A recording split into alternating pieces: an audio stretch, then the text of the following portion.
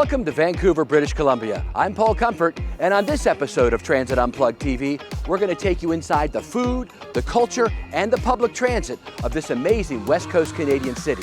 We'll take a ride with CEO Kevin Quinn on the SeaBus, on the trolley, and on the SkyTrain, and show you what it takes to operate a multimodal system like this from behind the scenes. All on this episode of Transit Unplugged TV.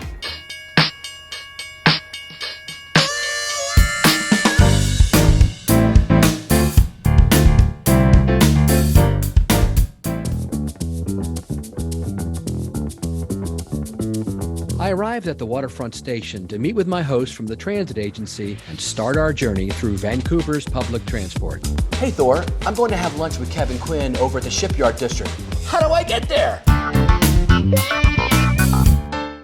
Beautiful. Well, we just happened to be at the SeaBus terminal. Let's hop on. It only takes 12 minutes. Awesome. Let's go.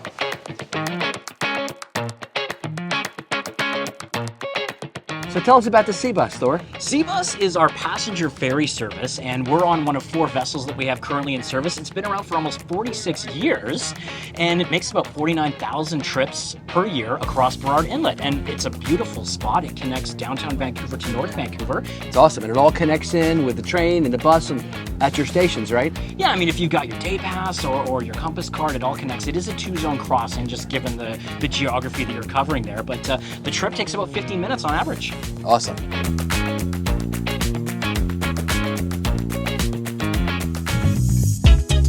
The Chief Executive Officer of TransLink is my good friend Kevin Quinn. Kevin and I worked together at the Baltimore Transit Agency before he came here to Vancouver. Kevin, this is an amazing transit system that you're running up here. This city really loves transit. It does. Yeah, it's a little bit different than some American cities where it's like, yeah, we have to have transit. Here, it's like, it's a love affair, isn't it? Yeah, absolutely. You know, I find that in the U.S. there's still a lot of this kind of transit versus highway debate that's still taking place, right? Should we invest in transit? Should we invest in roads, right? And I would say that the greater Vancouver region is very pro-transit, right? They know that they need transit as a solution to congestion problems, affordability problems, the climate crisis, right? All these things require having a good transit system. So you're the Chief Executive Officer of TransLink. That's right. Right. Okay. So tell me what all that means and kind of how it's structured. Yeah, sure. So TransLink is the transportation authority for the Metro Vancouver region. So it's not just a transit agency; it is a transportation authority that includes the bus company, the rail company. So the bus system, the SkyTrain. We have a commuter rail system, the West Coast Express. The SeaBus, our Handy Dart system, which is the paratransit system. And but we also, you know, what's fascinating about TransLink is it's more than just transit because it's also overseeing the major road network. So it includes roads. We own 5 bridges. We provide tens of millions of dollars to municipalities every year for things like bike infrastructure, multimodal infrastructure. So, you know, unlike some transit agencies that are really narrow in scope as a transit agency, we have quite a wide breadth and a wide scope to influence how the overall transportation picture in the region. It's really, really unique. What's your vision for where you want to take this agency going forward? Sure. So I'd kind of say 3, I'm really focused on 3 things right now. Right. One is service today, delivering today. What are we doing today? Safe, reliable operations, being sure, you know, we have very good on-time performance. Let's keep it at a very high level of on-time performance, have a reliable system. The second piece is how do we deliver for the region tomorrow? How are we looking to the future? And so this past year we released our 10-year priorities. I saw that. Which is our $20 billion 10-year plan for the growth of the region, including further extensions of SkyTrain, doubling local bus service, and implementing up to 9 bus rapid transit systems in the region. So there's a lot of planning that goes into that. And then I'd say the third piece is how to deliver all of that together as a culture at TransLink. How do we come together as a team? And so a big focus of mine is how we work together, how we grow together to deliver these big plans for the future. This restaurant is part of a partnership campaign called Dine the Line, created by TransLink and West Coast Food to help people find great food and meals around the region using public transit.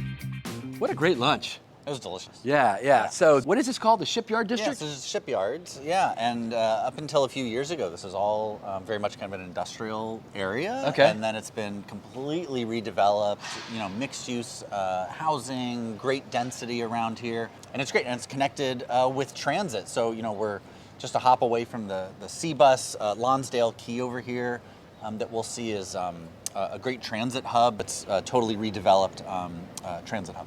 What a beautiful day in Vancouver, Kevin. It's gorgeous here. Yeah. Yeah. So let's walk through your overall transit system. Walk through the modes and tell me how they all interconnect. I'm very impressed that you have a super intermodal system. It's very connected, very well connected. I'll start with the SeaBus behind us. So we have 3 SeaBuses pinging back and forth around 10-minute headways. Okay. And so there's always 2 in operation with 1 spare, carry about 400 people each time. And that ridership has returned really quite strong from here in the North Shore, pinging back and forth to Vancouver. We have our bus system operated by Coast Mountain Bus Company. So we've got about 1,500 buses, around 4,000 bus operators, about 1,000 mechanics.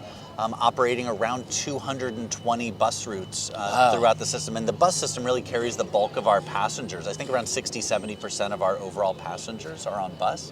We operate out of 6 depots.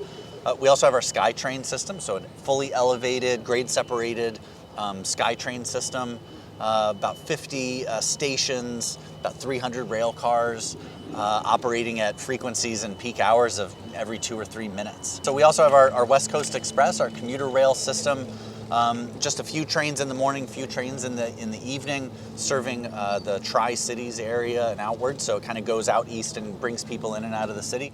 Vancouver is one of the best examples of public transport excellence, and everything goes back to Expo '86. A World's Fair held in Vancouver that had over 22 million visitors, and it left a lasting legacy, notably Metro Vancouver's first rapid transit SkyTrain. The Expo line was built for and named in anticipation of the fair.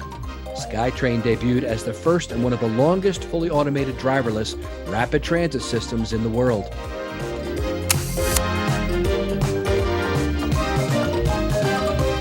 We took the SeaBus back to Waterfront Station, where Kevin showed us some of the different methods of fare payment and their new customer service center. So Paul, a few months ago, we launched folks being able to tap with their Interac, essentially their debit card. So previously, people could only tap with a credit card, Visa, MasterCard, American Express, and a lot of people don't have they don't have credit cards, right? But some people do have bank accounts, and they're able to use their debit card associated with their bank account now, and that's a new feature that we launched just a few months ago. That's the Interac? That's the Interac, that's exactly right. Very cool.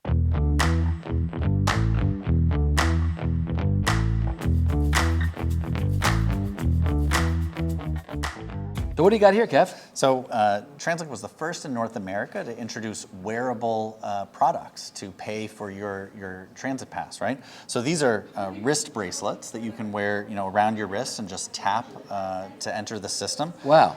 So you can just, I got a big wrist. Just goes right around that. you It right works. there. It goes through, right? So you just wear that around and you tap? You just wear around and you tap. So you don't have to get a card out. You can just wear that all day.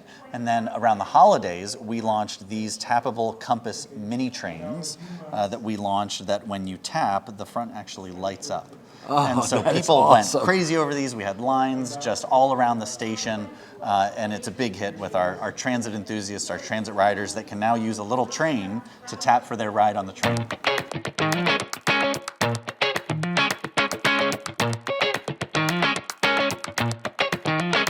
We had the opportunity to take the famous SkyTrain, crossing all the way to South Vancouver in just 15 minutes to arrive at Marine Drive Station.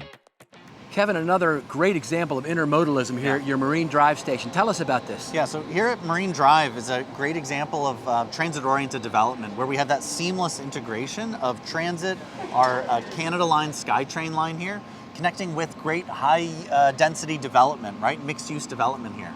As well as a big bus hub. So really trying to connect people where they live, where they want to go. Tell us about these electric trolley buses here. This is great. Yeah, so these electric trolley buses, we actually have North America's second largest fleet of electric trolley buses, about 250, 260 trolley buses. And so that forms a big part of our bus fleet that's completely zero emission. Wow. Right? And so that generally You're already serves- there. We're already there. We're already on our way, well on our way to a net zero low emission fleet. We took one of the trolley buses from the Marine Drive station to go to the Vancouver Transit Center, where training instructor Ed Armstrong explains to us some basic operator training lessons.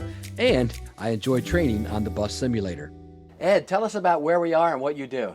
Okay, so we're located at Vancouver Transit Center, which is in the southern part of the city of Vancouver. This facility is where everybody starts off when they're going through training. It's a 30-day program, and we are actually certified to issue the license. So you could come to us with just a car license, and I have the ability to put you through your training, certify you for commercial driving and air brakes as well. That's great. And what are some things that a new trainee might need to know? Well, the first thing I want to do is look at your ergonomics. I want to see how your seat's set up, because this is your workstation. You're going to be here for either 2 4-hour stints, maybe an 8-hour stint, and you want to be comfortable. You don't want to be sore when you get off at the end of your shift. Once I got the seat set, then I'd look at setting up your steering wheel and then getting your mirrors set up. That's great. And what's the best position for a bus operator to hold the steering wheel? Well, for commercial operators, which is bus operators, tractor trailer, we look at the 8 and 4 position. It gives you comfortable bend in your elbows, it gives you good ergonomics, and in the event you were to lose your power steering line, blow a tire, hit a pothole, you would have better control of the steering wheel because your elbows would come into your rib cage and it would stop the wheel from getting out of control. Last question is, what's the difference for an operator's perspective from running a regular bus versus one of these buses, like a trolley that's hooked up with catenary wires? Okay, so when you're driving a diesel coach, you are watching all around you, you're adjusting to traffic. When you drive a trolley, we have what we call the third dimension. We check our overhead wires, and we're looking for anything out of the ordinary. Maybe it's sagging, which we get a lot of heat in the summer. The wires can sag. But think of the wires as like an inverted railway track. When we want to branch off, we have to look up and see where the wires branch and then activate switches or set up our bus accordingly.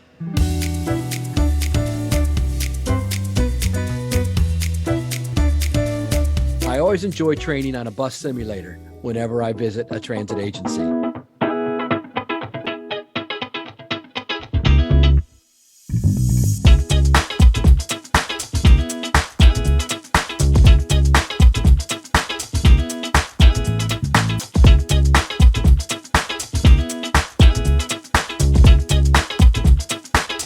We met up with Shirley Samujh-Dayal, Director of Operations here at the Coast Mountain Bus Company, who's been leading a remarkable effort to continue to improve service and expand opportunities for women in transit operations. You know, when I came over here, one of the things that I really noticed is obviously transit is a male-dominated industry. And, you know, I think 92% of my entire group is men. But when we have women joining as operators and joining transit, I really wanted to connect with them to see how we can make our workplace more better and comfortable for them. So I did a ton of focus groups across all of the depots and connected with them. And I heard about how the uniforms don't fit properly. And I heard about washrooms and maybe, safety late night, things that would really make them comfortable. So I worked hard to create a full female team who developed a resource guide. So we had training involved, we had operations supervisors, but I wanted an all-female team, female manager, and they worked with kind of this vision that I had to put all sorts of resources together. And so we did. And so we're about to launch it here in the next few weeks, but it's a female operator handbook. And it's a guide of everything from safety to what do you do in certain circumstances, what happens if you're pregnant and you need different uniform options, and who to contact for support within the organization so that you really feel that this is home. Vancouver also has great bike paths. Here, let's take a ride in Stanley Park.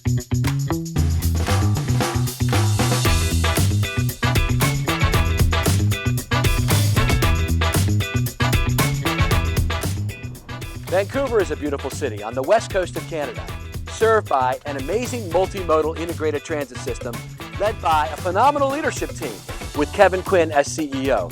Today we've taken you behind the scenes. We've brought you right with us on the SeaBus, on their electric trolleys, and on the world-famous SkyTrain, and showing you what it was like if you were going to be trained as an operator, all on Transit Unplugged TV.